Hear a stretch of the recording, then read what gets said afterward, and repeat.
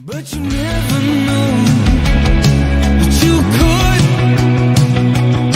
And when you feel that way, ain't it good, good dancing in the red and gold.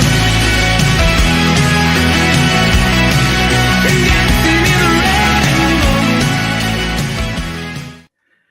Hi guys, and welcome back to the second instalment of 49er Faithful UK Live, or as we say in Wales, Croeso I 49er Faithful UK Live. So I'm Nick Ludlam. I'm Paul Hope.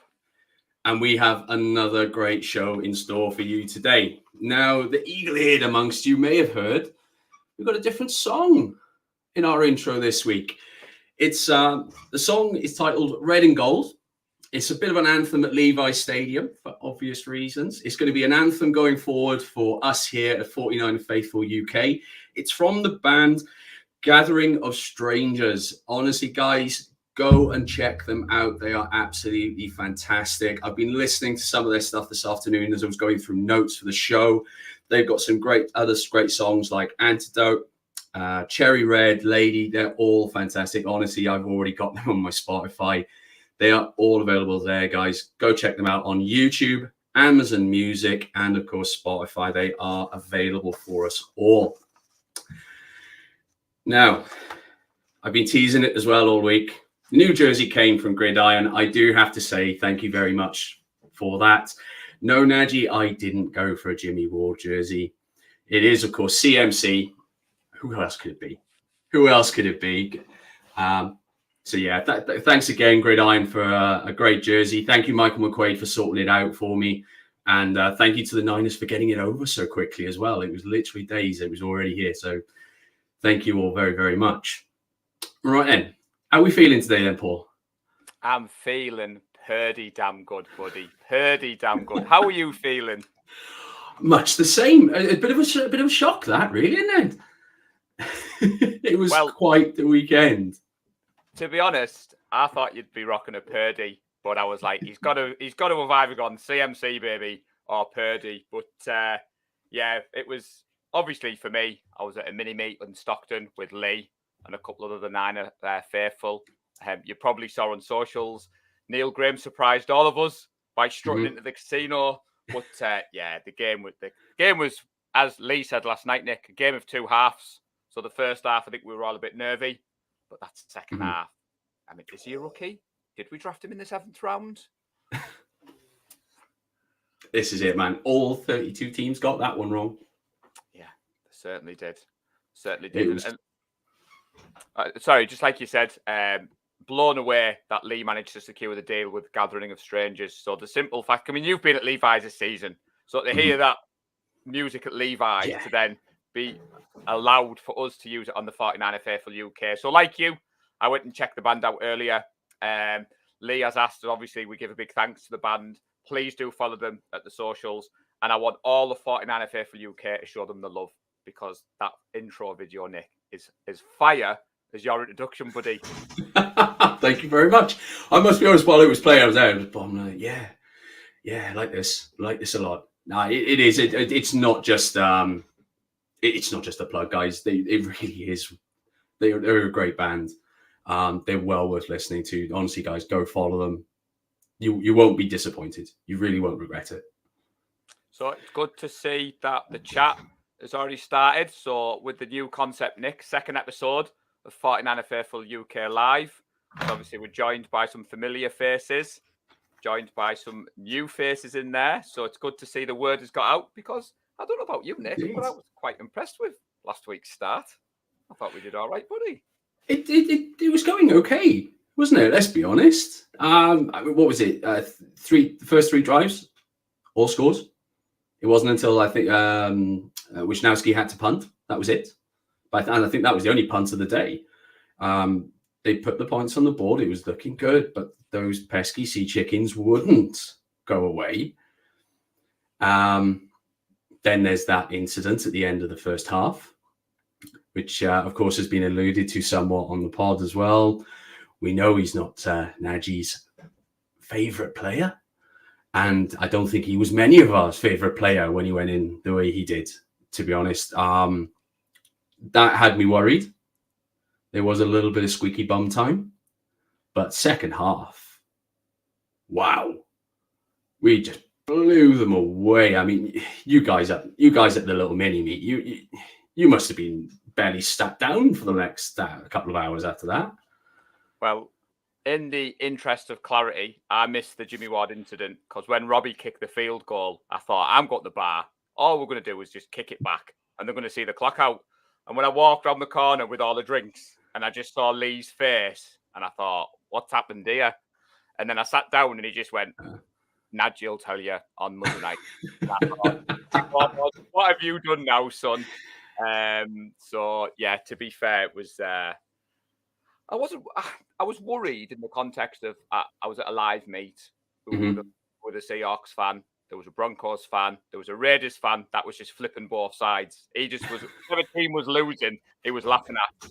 But he had this weird confidence that the offense hadn't really started in the first half, but Brock got it out of his system. And our defense always gives you confidence. And like you said, when Abrahams did that to Debo, and it just lit a fire up. And we put 25 unanswered points on them. So it was absolutely amazing to see. And the loudest cheer of the night was actually when Lenore got his pick. I think Connor Ryan's still picking his the ringing out of his ears because Lee Gowland cheered for that louder than I've ever heard the man cheer for anything else. But for me, my bold prediction came in. I did say Lenore would have a pick. And I thoroughly enjoyed it, mate. I love the playoffs. I love the fact that we put 41 points up on our hated rivals. I love the fact that we beat them 3 times in the season because apparently you can't do that, Nick. Apparently not. Yeah. Strange that, isn't it? So, Dawn, we are not a bad influence. If your hobby is drinking Fireball, that's on Lee Gowland and Martin Hughes. That's not on Paul and Nick. But no. All jokes aside, I just thought I'd share Dawn's comment there because for some reason, Nick, we have this reputation of drinking Fireball on the 49er Faithful UK. I'd say I don't know where this came from. I've never seen the drink, never even heard of it. I don't know what it is. I can't be me. No. So as it said in the chat there, I agree. We're definitely firing on all cylinders at the moment. And the scary thing for the NFL is this offense hasn't fully clicked yet. As we saw, I mean, if it fully clicked on Saturday, we could have put 65 points up easily on the Sea Chickens. And I've gone back and watched the tape, Nick, and you see Kyle Shanahan scheming wide open receivers. And you just think, I mean, there was the play, I think it was the first play of the game or the first play of the second half, Lee reminded me, where Brock tried to feed it deep to Ayuk and he overthrew it. And then there was one where he overthrew Debo and he looked a little bit nervous in parts. But as Lee Gowland christened him, so I asked you to listen to the pod and come back to me. So what did you think of Lee's new name for Mr. Purdy? It's perfect. It's almost perfect, I might say. Do you know what? I want the Eagles now because I want the faithful roaring into Lincoln Financial Field, screaming at the top of their voices, and Brocky Balboa, and just rile them up because they're already afraid. They blinked first when they brought Jalen Hurts back for their last regular game. They don't want to play us. We've got this. To be fair, when we were doing the pod last night, and we, similar to our show, Lee gives us a time. You prepare for the show. When he played the Rocky music, the hairs on the back of my neck stood up, and I was like, Brocky Purdy has a great ring to it. So I've got to give Lee his credit for that. Kev's a little bit late to the show, Nick. He's just noticed that you got your CMC jersey from Gridiron there. It's all here.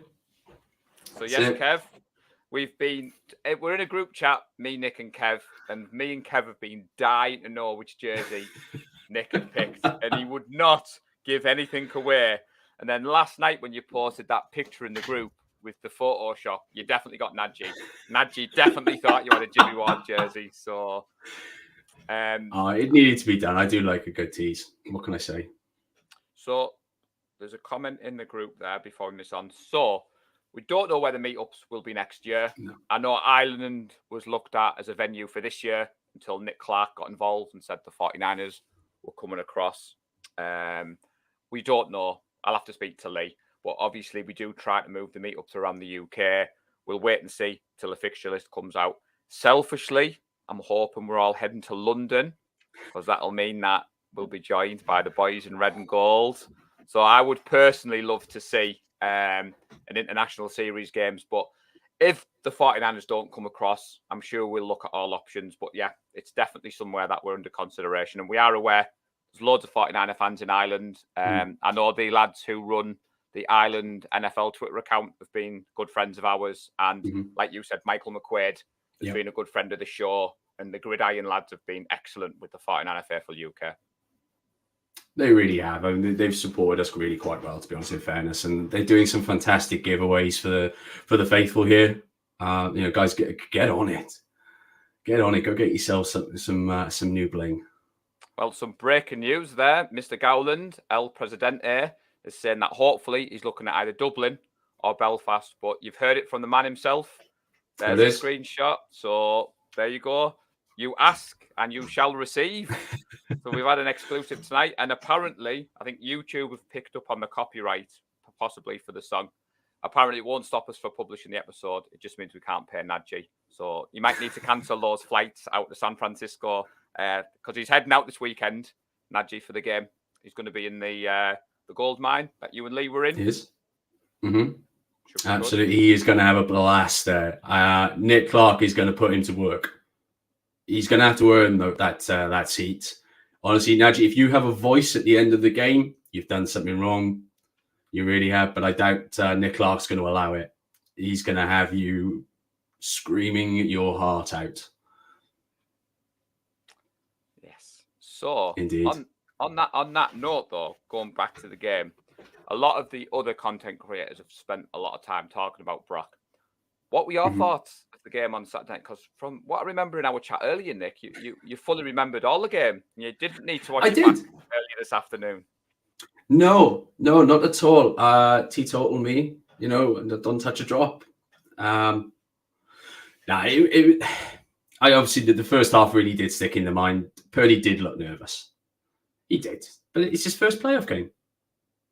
He's going to be a bit nervous. The fact you need to judge him as a whole, across the full game, and across the full game, he was fantastic. We're running out of things we can say about him at this point. The train doesn't look like it's going to come off the tracks. He looks awesome. I've not felt this comfortable with someone under center in some time, in all honesty. I love Jimmy, but we always knew he had a good few picks, or maybe he'd take a sack that he didn't really need to take in him. If you go back, you go the ones before, CJ Beathard, Nick Mullins, Brian Hoyer. You keep going, even with Colin Kaepernick, Blaine Gabbert.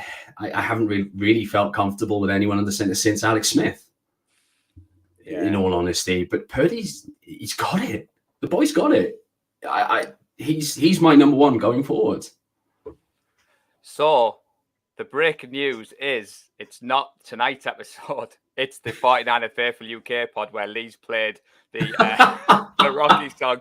So he said it's not the red and gold, it's the song. But to be honest, when he played that last night, so the reason I've brought that back up, Alex Simpson's in the chat. He's put on that. It was great to see Kyle trust Brock and not hide behind the running game. And I think if you go back and look at the 49ers throughout the season, when Jimmy come back under centre, Nick, we were passing the ball a bit more. We'd moved away from Shanahan doing run. And he tended to kind of tailor it to each opponent. But I do think Kyle Shanahan deserves a lot of credit, especially for the way he's kind of empowered Brock to make those decisions, escape out the pocket, pick his throws. I mean, he got off to a rough start on Saturday night. When I was preparing for the pod last night and I was preparing for tonight's shows, and you think a lot of non-49er fans, the critique at the moment, Nick, is obviously we've elevated this 7th round pick to, the next greatest quarterback of all time. Yeah. But he's won his first 6 starts. I mean, he's become the youngest QB with 2+ passing touchdowns and 1 rushing touchdown in a playoff game ever. Exactly. And that throw to Brandon Ayuk when he's running around like Patrick Mahomes, as if Brandon Ayuk had pulled that one in, that would have been on repeat on every major network across the pond. It's catch 3. It would have gone down in folklore amongst 49ers fans. It was absolutely fantastic. When it hit the deck, honestly, my heart sunk with it. Game was over, I think, at that point anyway, but you're just like, oh, if only. He did such an amazing job keeping that one alive. I mean, and credit to the O-line. They also don't go giving away a holding penalty whilst Brock is running around back there, which was something that even when it wasn't Brock's team, when it was supposed to be Trey Lance's team, it was one of those things that we talked about in preseason. How would the O-line cope with a mobile quarterback? We are now seeing how the O-line copes with a mobile quarterback, because Brock can be mobile when he needs to be. And it's wonderful to see. I'm loving it. You know, I don't feel there's no trepidation with him under center. I know that he's not going to get sacked very often. He's not going to take any silly sacks. If he sees that something isn't right, he's going to bin it. He's going to get outside and he's going to get rid. And that's one of the things that I've really come to love about Brock. It really is. You know, the poor guy had to scramble for his life through high school and college playing in Iowa State, but he doesn't have to so much here. Well, Neil Graham's put there in the chat there, he's put that it seemed that the 49ers have gone from running the ball to set the pass up, to passing the ball, to set up the run. Mm-hmm. And if you're a fan of the NFL, which I'm sure everybody watching the show is, you just go back to the Chargers game and you look at the stats. The Chargers were 27-0 up in their playoff game. They then called a further 25 pass plays and only ran the ball 8 times. And what I think Shanahan's done really well, and when the game is out of sight, he runs the ball. I mean, we joked about it last week. I felt sorry for poor Josh Johnson because he came in the fourth quarter and it was like, hand off. And I'm glad you mentioned the O-line because Mike McGlinchey has had a lot of hate on 49ers social media. He had a clean sheet again against the Seahawks. So believe it or not, there was only 2 linemen allowed pressures on Saturday night. One being Trent Williams, one being Aaron Banks. But that said, you're right. I think Purdy's mobility has covered up some of the mistakes in pass protection. And I think what a lot of people forget, Nick, is we spent a whole off-season putting a plan in place for Trey Lance, who was a mobile quarterback. And then obviously he got injured and Jimmy came back in. But Brock Purdy is what I think Kyle Shanahan has always wanted as a mobile quarterback. He doesn't want a Lamar Jackson. He doesn't want a Colin Kaepernick. What he wants is he wants the ability to, if a play breaks down, to escape out of that pocket. And I mean, the touchdown to CMC when he's kind of like, he's bobbing his head around, he's got his feet set, and then he comes out of the pressure and then he just dumps it off. It made it look so easy. Obviously with your 23 jersey on there, you must have been enjoying that one. Oh, I was flying. That second half, I was absolutely flying. Annoyingly, though, the bar that me and my Seahawk friend went to go watch the game, it closed at half time, which was annoying to say the least. So we ended up having to head back to my apartment so that we could watch the game on Game Pass. And I think I probably annoyed a fair few of my neighbours with how loud I got on occasion. But, oh, wow.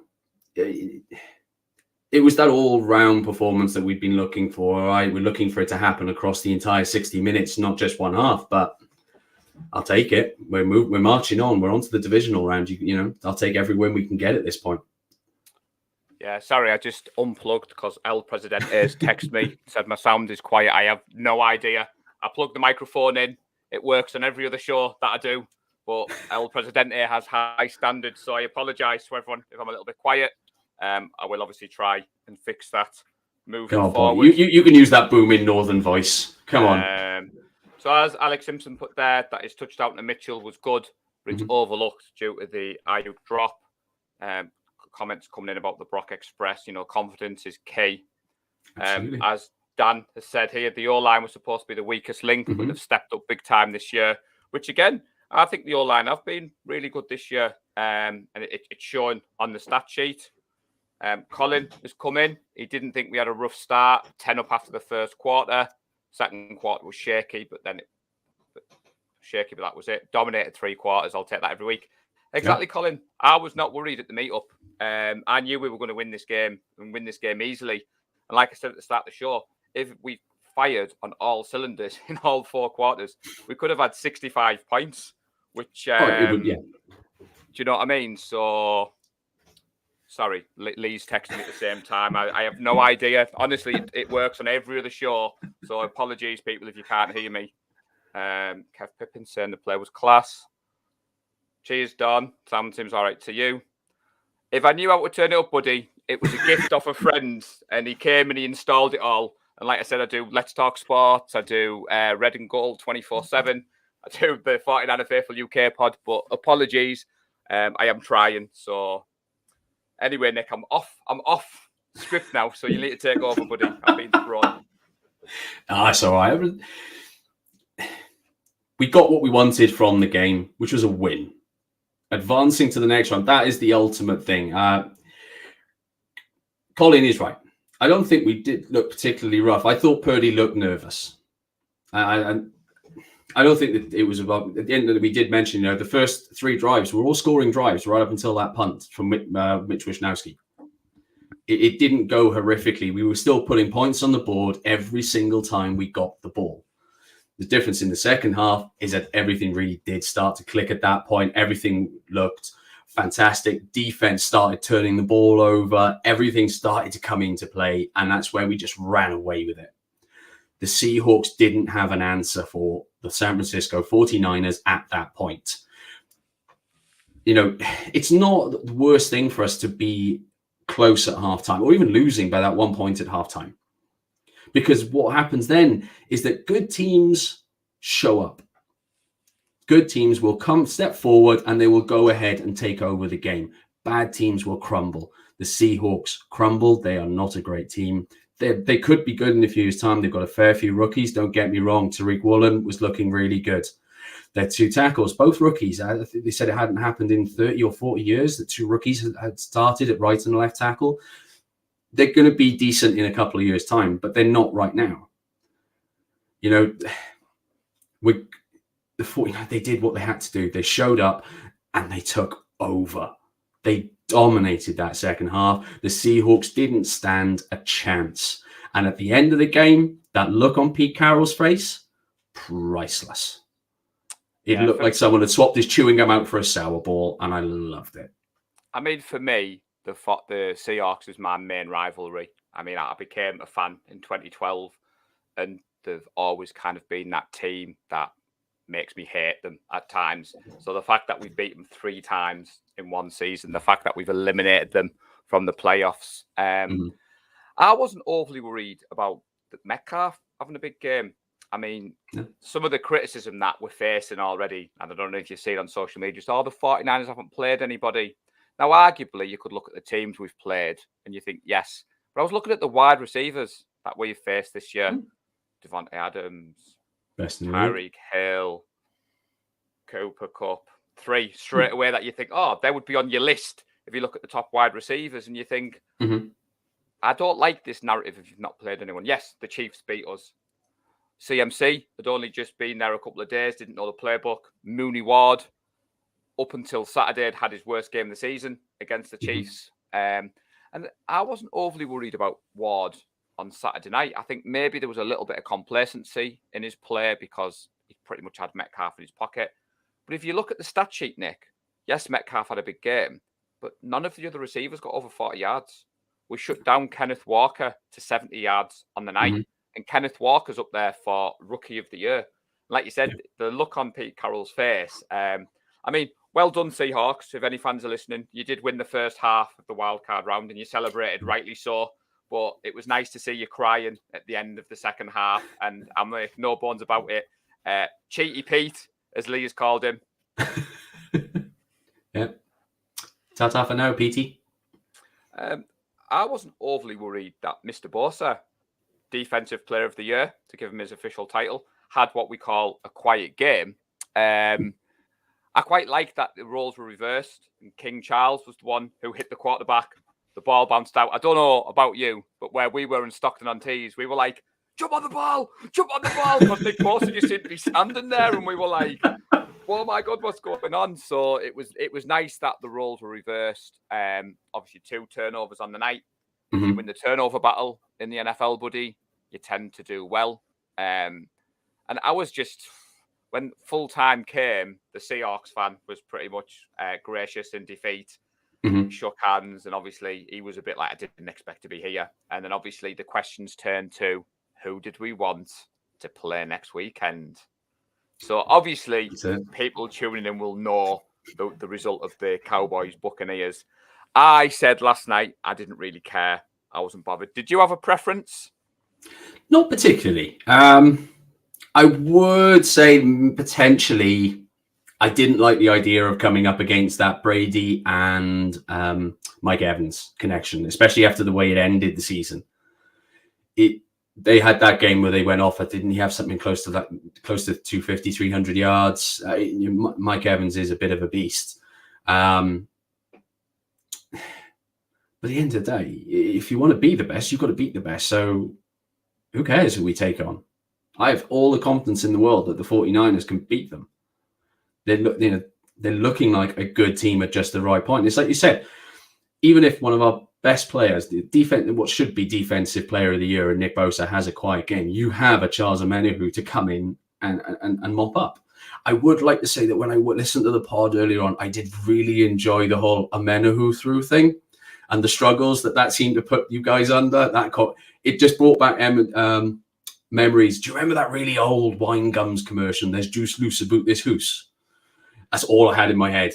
Was Lee wandering around in a kilt, going Omenihu through. Yeah, sorry, I had to get that in. Sorry, Lee. Why do you think I call him King Charles? And then when Lee puts the pod up on YouTube, because we started doing the pods where we release the pods on all major platforms first, and then Lee puts them on the YouTube channel a couple of days later because we're trying to grow the channel. And you'll see the smirk on Lee's face. I was so pleased Gareth nailed the introduction because it's a name. Northern lads, live in Middlesbrough. There's no chance I can get that right. But Izzy, lovely to see you. Big supporter of what we do. There's a question for you, Nick. So before I put Alex Simpson's comments up, Lee would like to know, and he's obviously been eyeing your collection, how long did it take you to build the full-size BRXLZ helmet you've got in your lovely cabinet over there? The big one up there. That one, actually, that was one of the quickest ones because the bricks are actually much bigger than the smaller models. That one took me about 6-7 hours. I've got bad hands because of the MS. It'll happen sometimes, and my thumbs hurt like words I can't mention at the end. But yeah, about 6-7 hours for that one. The mini stadium I got, however, took me 2 days. So the mini stadium I got for Christmas, and it's on the shelf over there because I've heard it's a bit of a pain to put together. So that might be my off-season project when the 49ers have put number 6 in the cabinet. We've got nothing to talk about because there'll be no QB controversy. Ryans is going to stay as defensive coordinator, and we'll have nothing to do. So that's what I've told Tracy. I'm going to do mine there. It seems a few people are happy we've got the Cowboys. I have a friend who's a Cowboys fan. He's very bullish. As you can imagine, they've won in the playoffs. He's full of confidence for his team. I have no problem with that. I love that other teams are building their players up. Nadji, as we said, will be out at Levi's. I know Eric is going to be out there. So it's great to see the 49er faithful represented. And obviously, the 49ers versus the Cowboys, Nick. It throws up some great memories over the years, doesn't it? Yeah, it's an iconic rivalry for the NFL. It really is. I mean, a lot of people may or may not know, obviously, Dallas do a lot of their preseason training in California as well. There is a real rivalry amongst this. I believe a lot of people in that town are now Cowboys fans rather than fans of California-based teams. But you can't tell the story of the NFL without the Cowboys versus the Niners. You just can't. It was that premier matchup for throughout the 80s and 90s. And how many occasions was it where the winner of that game in an NFC championship game would end up becoming the Super Bowl winners? It's beyond iconic, I can't wait to renew this. Obviously you have that horrific horrific attempt by Dak last year. What on earth he was thinking running the ball in that situation, I'm not even sure God knows in that scenario, to be honest, because that was the dumbest thing I've ever seen in a football game. But there we are. Let's go. Round two. I loved it, to be fair. I have dug out the Trent Williams Python photo, got that tweeted out earlier.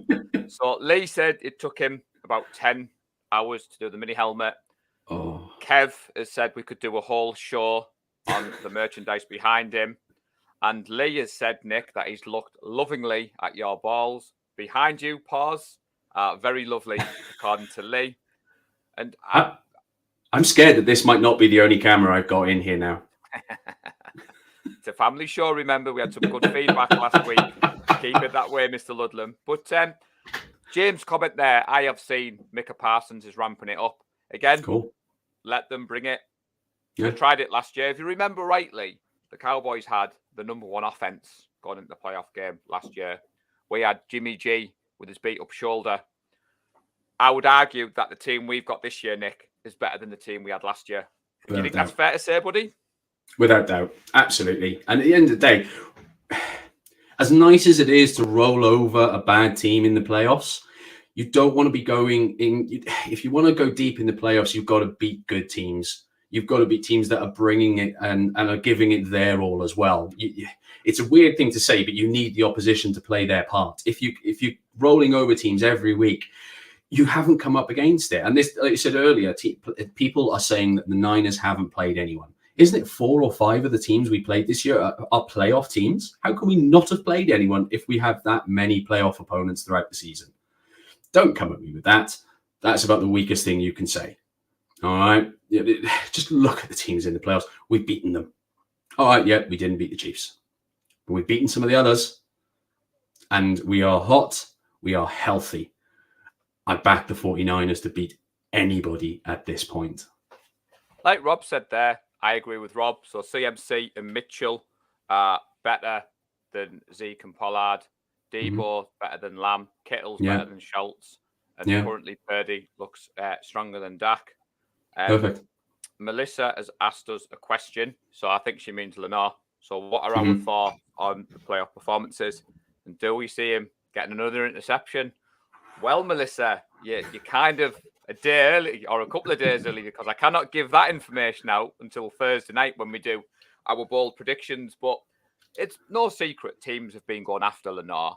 And he did struggle at first on Saturday night, but he's a young player. He's been moved around. I'm quite happy with how he's progressing. And to be fair, I could see him getting another interception. If Dallas are chasing the game, our run defense is stopping their 1-2 and they have to go to the air. I personally would love to see Dak do another one of those stupid runs, like you said. And like Alex Simpson's put there, basically, we're healthier than we were. We went into that game last year, pretty much Debo Samuel had to carry us. And when you look at our offense this year going into the Cowboys game, it's like everyone said, we're very confident. So I think I've missed something. I'm laughing here, you might have seen. So Neil Graham has said that we could do an entire show on Kev's dodgy competition wins. And Kev responded saying, no idea. Kev, you have been a very lucky person, in fairness. Melissa, thank you very much. So yes, please do Indeed. Smash that like button. Please subscribe. Please do spread the word. The 49er Faithful UK is here to stay. We're hoping to get bigger and better. We've been well represented this year over at Levi's. The hard work that Lee Gowland has put in with Nick Clark to get what we've got is unbelievable. And I think that leads us nicely because you've experienced that this year, Nick, and the gold mine. Yeah. There's nothing like it. We've said it before, there's nothing like being there at the game and the welcome you get from Nick when you first, just as soon as you arrive at the parking lot, you're ready, you're there, he's signing you in. He's already bringing the energy. He's already, the welcomes, the hugs, the high fives. It's awesome. You get in with the other guys who were there as well from the other chapters around the US. They're just as amazing. It's awesome. It is. I'm beaming ear to ear, just remembering bits about it. And you go up the stairs and everyone's chanting. You can start to see up, and you can see over the car park. You can see everyone tailgating. You know that everyone's having a laugh. There's good food being eaten. There's good beer being drunk. They're having a ball, and they're getting ready to see some Niners football. And it's like, yes, like the band. It is one big gathering of strangers, but we come together to support this team. And we've come together from all over the world, and it is thanks to the hard work of Lee and Nick getting us over there and helping us be part of that. It's special, It's things. They're memories I will have and cherish for the rest of my life. Yeah, I mean, I sit at home and I've been from here. We have seen the lads out there last week. Seen when you were out there. I love Dan's confidence. I'm not quite fully there yet, Dan, that he doesn't fear the Chiefs. But I agree. We are a completely different team than week 7. You've got CMC to thank for that. You've got Brock Purdy. Yep. You've got the fact that the defense is firing on all cylinders, which tends to be my go-to saying tonight's show. Kev, yes, I feel more confident with this team than in 2019. In 2019, our defense was elite. And we needed Jimmy to be serviceable. And you go back to that Packers game, and obviously Mostert ran in all the touchdowns. And then you go to the Chiefs game, and we got beat. I have more confidence in this team that if we are behind, because that was one of the knocks on Brock Purdy, it was only the Raiders. It might only have been the Raiders, but he came back. It might only have been the Seahawks, but it was in the playoffs. And playoff football is a lot different. So Mr. Purdy gives me that confidence. And like we've said, Nick, who are Dallas going to stop on Sunday night? So if they take CMC out of the game, are they going to take Jennings? Are they going to take Ayuk? Are they going to take Devo? Are they going to take Kittle? This is it. I mean, it's pick your poison. They said it all throughout. I mean, you're looking at it. It's not even just the game that we just watched. It's been now for almost the entire season. You look at the weapons on offer. It's ridiculous what we have on offense. It's absolutely insane that we've been able. It's credit to John Lynch, Adam Peters, who I really don't want to see leaving. I hope he stays. The work they've put on in the offseason, identifying these players in the lower rounds and putting this squad together, it's been a joy to watch. It's just been so much fun. And like I said, at no point have certainly not since Brock came in, I haven't been worried. And all of a sudden, I'm not concerned that if we do go down, we can't pull it back, because Brock can. Yes, Brock can. Brocky can do it. Don't worry. He can land that knockout punch. He can keep on going. He can go toe-to-toe with the best of them, and he can still come out winning. There will be no ties. There'll be no controversial decisions. It will be Brocky with the knockout. Yeah. I mean, what we've seen as well, Nick, over the last few weeks is we've got a well-balanced team. And if you don't want to believe me, little old Paul Hope from Middlesbrough in England, listen to Carl Brandt on Good Morning Football. He said we are the scariest team in the NFL because both sides of the ball. So your defense is struggling. The offense will just come out and score 30 plus points like they've done in the last 5 out of the 6 games. Your offense is struggling to put points up. Then your defense will step up, and they're pushing each other. And again, you look at our defense. So got a friend who's a Rams fan. He knows football. He knows what he's talking about. He texted me the night we drafted Trey Lance, and he was gutted that we'd got Trey Lance. And this season, what his texts have been to me, Nick, are beat the 49ers pass rush, get at the secondary. And I get surprised when I look in the game day thread sometimes when people get themselves worked up when that happens. But Ryan's is very clear with this bend but not break mentality. And you look at Saturday, yes, DK Metcalf stat sheet looks fantastic. 100 plus yards, 2 touchdowns. He's not in the next round of the playoffs. The second touchdown came in garbage time. You look at our receivers and you think, they were quite quiet, but the ball was spread around. Deebo Samuel made an impact when it mattered most. And I know we're jumping all over, but I wanted to ask you, how did you feel when Deebo hit those Jets? I was screaming. I was honestly waiting for notes under my door from my neighbours because I shouted that loud. and I think it went higher as well as soon as I saw that block from Ayuk. You hit that block, and it's touchdown. Yeah, that's it. You watch the tape back, and I remember on Saturday night when Debo first got the 10 yards that we needed for the first down, and I was looking at Lee, and then we were on the edge of our chair, and then was like, hang on, he's got the sideline, and like you say, Brandon Ayuk's out in front, and we say it, to be a wide receiver in this scheme, you need to be able to do more than just catch the ball. You need to block. And what I loved about it is when Debo put those jets on, the first person he's celebrating with in the end zone, he's pointing back to Ayuk. And there's that camaraderie between the team. Got to admit, Martin, I had no idea that Dawn Evans was your weekend's name. So you did get me there. I'm sure you and Mr. Gowland may have been in on that, as Lee has put there. So that did throw me off. Like Melissa's put, I think Brock is the real deal at the moment. Yeah. We're allowed to get excited, Nick. We are allowed to get excited. For the last 17 years, it seemed, we've talked about the quarterback position as 49er fans. Me and you have dipped our toe into this content creating game. And I think back to some of the early shows we did.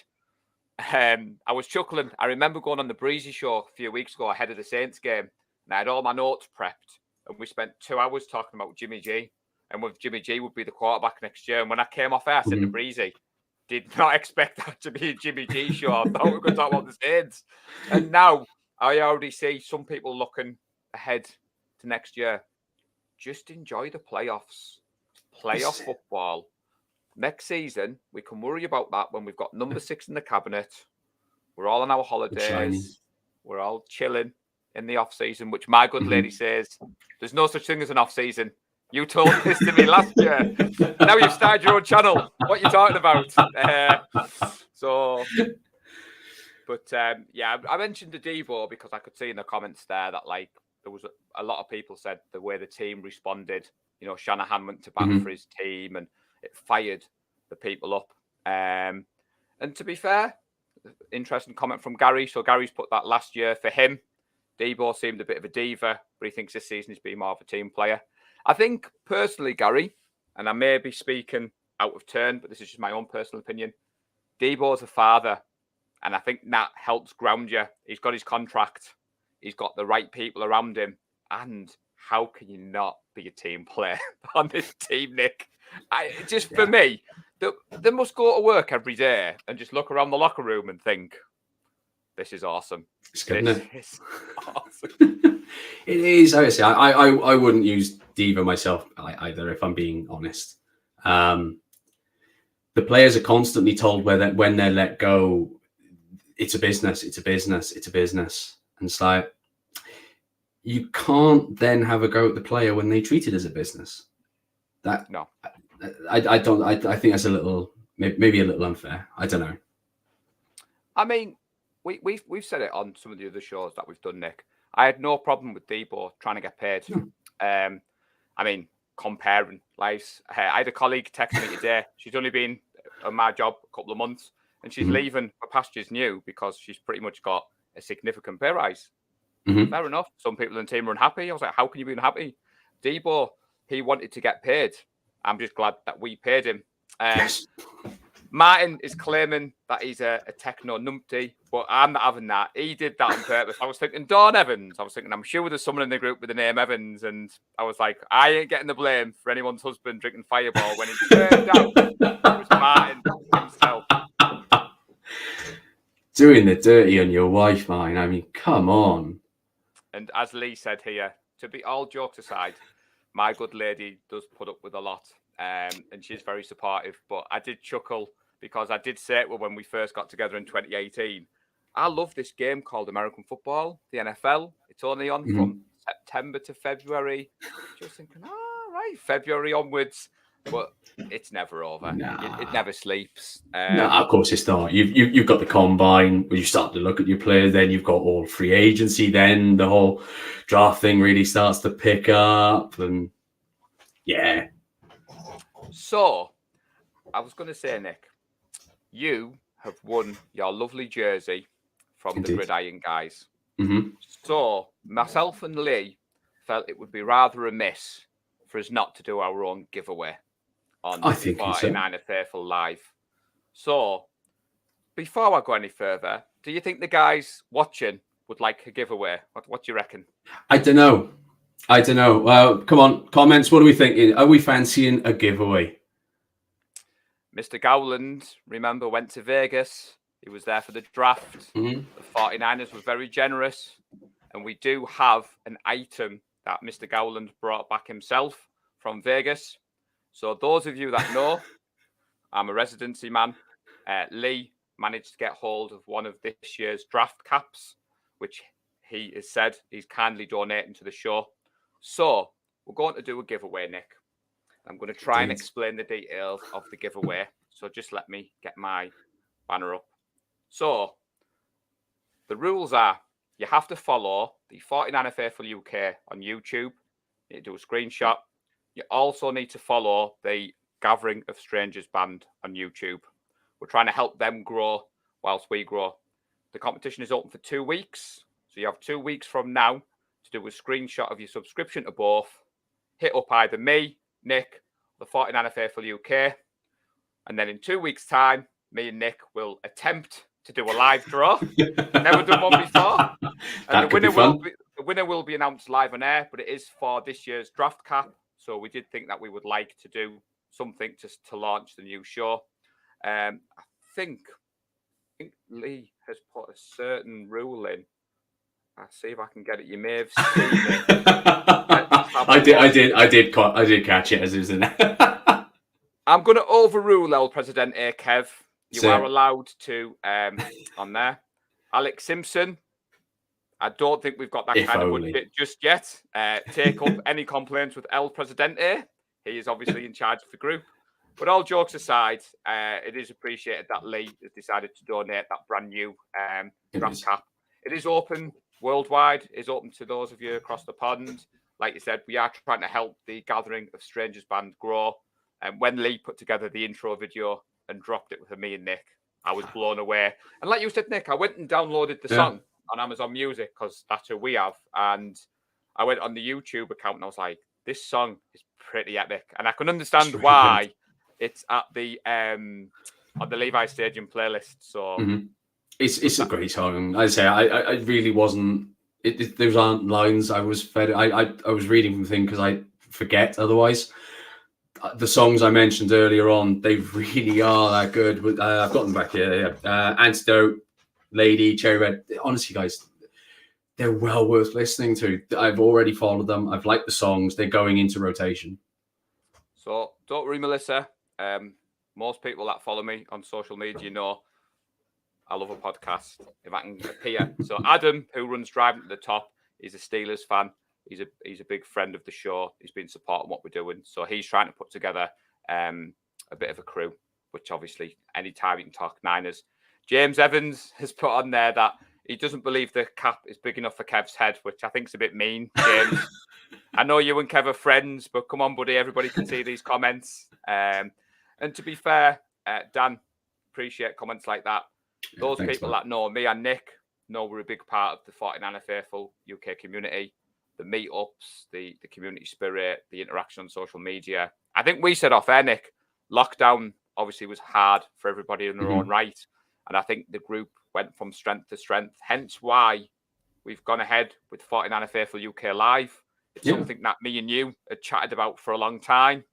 I have no bones about admitting finished work earlier today on the phone to Nick, getting ready for tonight. Super excited. Obviously, we're just trying to bounce off the comments and a superstar of 49ers content creating, TED Talks Ball. Really appreciate you jumping on, buddy. Thanks, Ted. Joe. Ted had El Presidente on recently. It was fantastic. And did you say, Nick, that you got the band's music off Spotify? That's where I got it from. Yeah, that's this is my choice. I get my Spotify for free with my phone contract.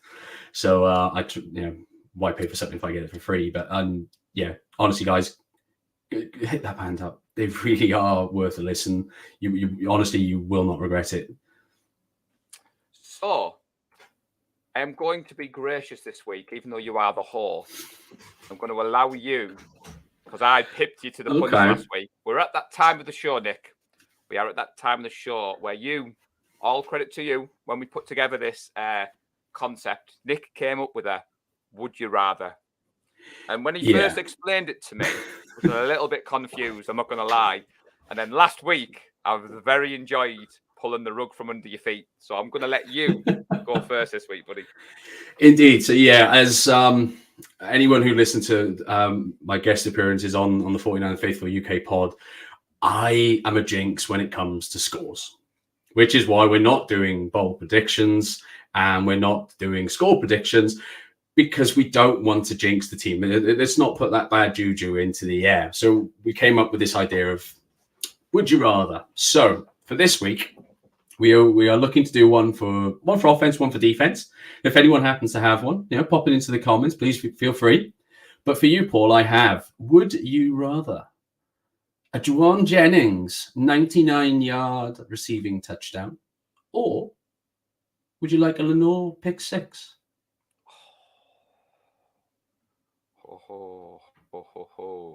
So, given how much he made my weekend with that game-sealing interception, and the 49er Faithful UK fact checker on bold predictions, Alex Simpson, even reached out to me to congratulate me. So I knew that I'd smashed it. I'm going to go for Lenore. I'd love to see a pick six in the playoffs at home against the Cowboys from Lenore. Yeah. So there you go. I think Melissa has said that maybe the boys on the locker room rant maybe do something similar. Now, to be fair, Melissa, you know how much I love the locker room rant. John V, Tony, Nico, great. John V is probably one of the most passionate 49er fans that you will ever find. And to be honest, I sent him a message at the weekend at halftime asking how his heart rate was, Nick, because we all know John is emotional when it comes to the 49ers. And the fact that we were losing, I thought he might need to take that Apple Watch off, but it was all right. Now, Colin said that JJ for him would be the one. Melissa, I know you're a big fan of JJ, but she would be reluctant because she doesn't want him to get hurt. Now, before I ask you what I've got for you, Lee has put he would rather have a Kinlaw 100-yard pick six that is recorded as the slowest ever touchdown. Okay, yeah. So, for my would you rather, I was looking into the history books because I know you have been a fan for a long time. So we think of Dallas and we think of those iconic memories. We think of Joe Montana rolling out of the pocket, feeding that ball in the air, Dwight Clark. Now, I don't think anything will ever be as iconic as that. However, there's another player, and I know, again, it's not Dallas this weekend, but we all remember T.O. on the star. So, my question to you for the would you rather Deebo Samuel has one of his trademark 70-yard runs and kind of gets the popcorn out of the stands like T.O. and celebrates in front of the Dallas bench like T.O. did? Or would you rather Nick Bosa seals the game with a, obviously, sack on the quarterback, fumble recovery, and gets up, does the Nick Bosa flag, and plants it in front? So again, I'm going to go, would you have an offensive masterclass or a defensive masterclass? That's my question to you, buddy. Oh, I do like a nice long Debo TD. I do like a nice celebration that annoys Cowboys fans. I think I want to see Bosa plant the flag. And the only reason I'm going with it is I think the other celebration might end up getting Debo in a lot of trouble. Yeah, there is that. There is the not fun league anymore. Yeah, that's the only thing. Because I would be good. Because I was actually thinking about the whole TO celebration. I thought, oh no, it's at Levi's, so we can't recreate that. Okay, what if we did it on? No, it's on our own. I think I've got to see Bosa plant that flag again. That would be awesome. So Mr. Hughes or Don Evans, Mr. Hughes, Don. Not sure which one's which. Says Borsa. Kev Pittman says Borsa. Now, to be honest, the reason I went for those two players is I don't know if you saw, but there was a Dallas fan, who knows Debo, had his number. He FaceTimed Debo from the stands against the Buccaneers. And for me, the Borsa connection, my good friend Chris Pollard, who's a Cowboys fan from my hometown, Darlington, he is as high on Parsons as we are on Borsa. So I would love to kind of remind him that Borsa is the defensive player of the year. Now, there's a question that's just come in. So Mike Davis has asked Nick, would you rather the all-white uniform or the gold top and red shorts? What's your preference? I'm going to go with the all-white. It just looks clean. Yeah. It's got that, I think, from the old days, you know, when you see some of those classic lineups of Deion Sanders, all white, high step in. It's some of those iconic images that you associate with the history of the 49ers. I do like them. I think they're actually getting rid of them, aren't they? The white throwbacks now. This is the last season that they're going to wear them. I hope not. It's one of my favourites, to be fair. As soon as it came out, I prefer that one. I did see something on Twitter which suggested we may be wearing the red throwbacks against the Cowboys, but I don't think that's true. I may be wrong, and I stand corrected, but I'm pretty sure when we wore them against the Rams, I saw something to say that was the last time we'd be wearing them. So to be honest, I do believe we're probably just going to wear the normal, uniform. I think it'll be just the normal red. Standard red. On Sunday night, yeah. Yeah, it wouldn't surprise me. And to be fair, Colin, we do know that the front plug was to stick it to Baker Mayfield. It's just, we know he's got his celebration. I was just more throwing a hypothetical situation for my boy Nick, because I can't ask him to do a score prediction because he's banned from doing that. And we're not doing bold predictions. So the 49er Faithful UK live is very different to the pod. So if you want your bold predictions, you want your score predictions, you want your breakdown of position groups, that's what the podcast is for. What we've brought this show into is to be a bit more current and obviously engage you guys. Obviously, the comments have been amazing tonight. It's been great to have everybody jump in the comments. Thank you guys so much. Martin's put, again, all white for him. And Rob Stevens, would you rather see Kittle put up a 100-plus yard game, or would you rather see a Ray kickoff touchdown? That is a good question, to be fair. What do you reckon, Nick? It is. I mean, I love Ray, but I love Kittle that little bit more. I'd have to go with a Kittle 100-yard game. I would. Easy for me. Yeah. So is there anything else on your notes? Oh, did you get rid of your notes before we went live? Oh, you're going to make me say it. I was so impressed, everybody. He sent me a screenshot. I rang him earlier. I was like, boy, this lad is prepared. We're ready. And then we met up 10 minutes before we went live, making sure everything was all right. Sound check, which obviously I failed. Apologies. And then I was just about to hit live with the fire intro video, and Nick was like, yeah, I don't have my notes, pal. I've accidentally shredded them just prior to the show. I'm not joking. I have a little shredder next to my desk, and I thought it was something else because I had them turned over, and I, used double sides. Don't want to be wasting paper. Yeah, I shredded all my notes just before the show. So I'm not sure whether Rob has listened to the 49er Faithful UK pod yet. And if you haven't, Rob, that is absolutely fine, buddy. You do need to check us out. Gareth, who hosts, has been calling all season for a Ray kick return. And Alex Simpson has got that notepad, pen and paper ready. So if that comes in, then Gareth would get that. But the bold predictions are a bit tongue-in-cheek. And the banter with Alec is exactly what it is. Alec is a good sport. So for context, I called for Jimmy to go 3 games in a row without an interception. Alec was bold enough to call me out in the group and said, "You're talking rubbish, Paul. If that happens, I'm buying a jersey." I was right. He was wrong. He reached out and said, "Look, how about I do a giveaway for the pod?" So just before Christmas, a while ago when Jimmy was still QB, we did a Jimmy G Pop Funko giveaway, which Alec did. So the reason I'm leading in with that, Nick, is Alec is going to be joining me tomorrow on Let's Talk Sports. So we're going to be doing the Let's Talk 49ers tomorrow. I know Alec is keen to promote his new show, which he's going to be doing for Dan. I don't know if you noticed, but it was Dan's birthday yesterday on Let's Talk did Sports. indeed. So just wanted to give Dan a big shout out. He's a big friend of the show. And he also did a jersey giveaway, which Ash Sugden was lucky enough to win the Hufanga jersey. Frustratingly, due to the post strikes and everything else that happened around the world, Ash has had to wait a while for that jersey. But it arrived yesterday on Dan's birthday. And I did obviously shout out on the pod for Dan. But again, he's been a good friend of mine off air. He's checked up on me when I had my injury. And I just wanted to say, we're thinking of you, Dan, with your own health concerns. And happy birthday, buddy, for yesterday. Hope you had a good one. Happy birthday, bud.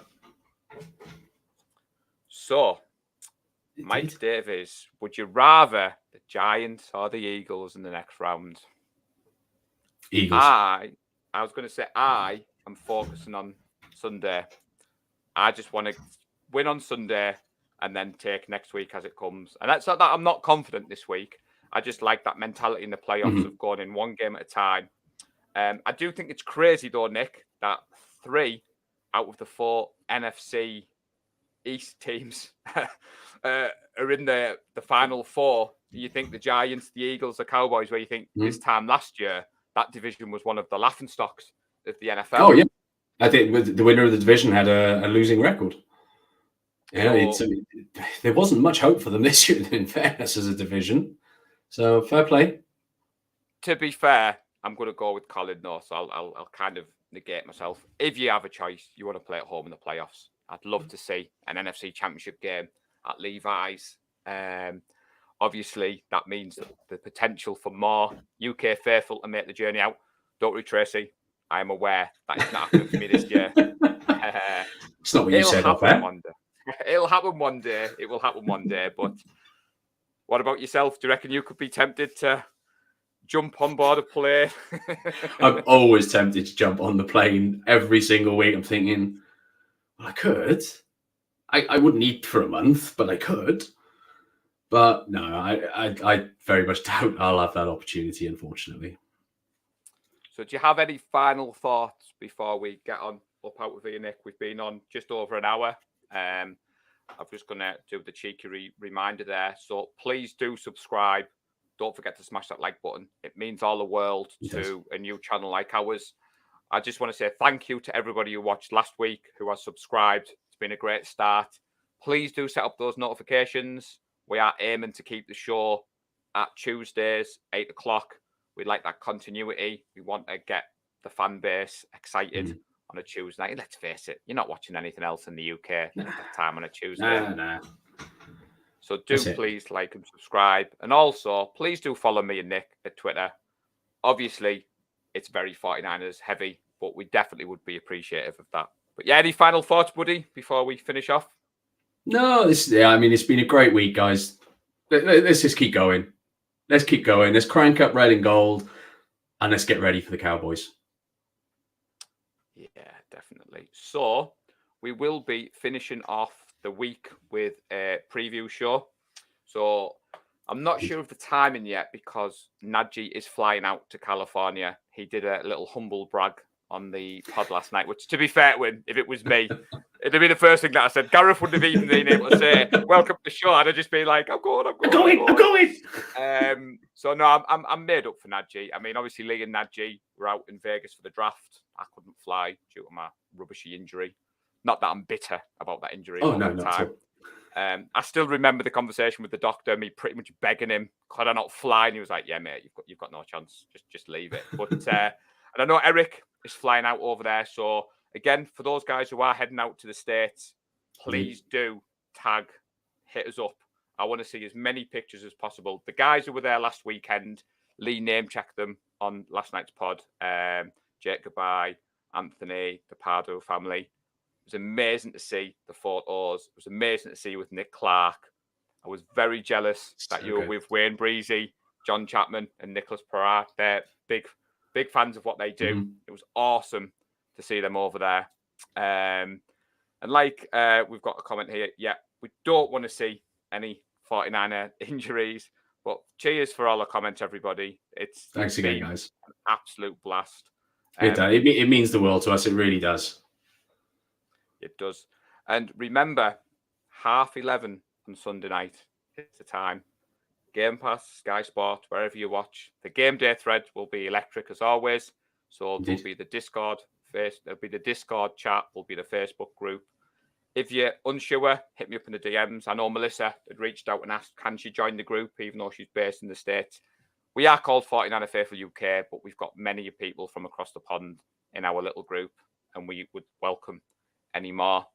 And Nick, always. Until next time, buddy. Indeed. Go Niners. Go Niners.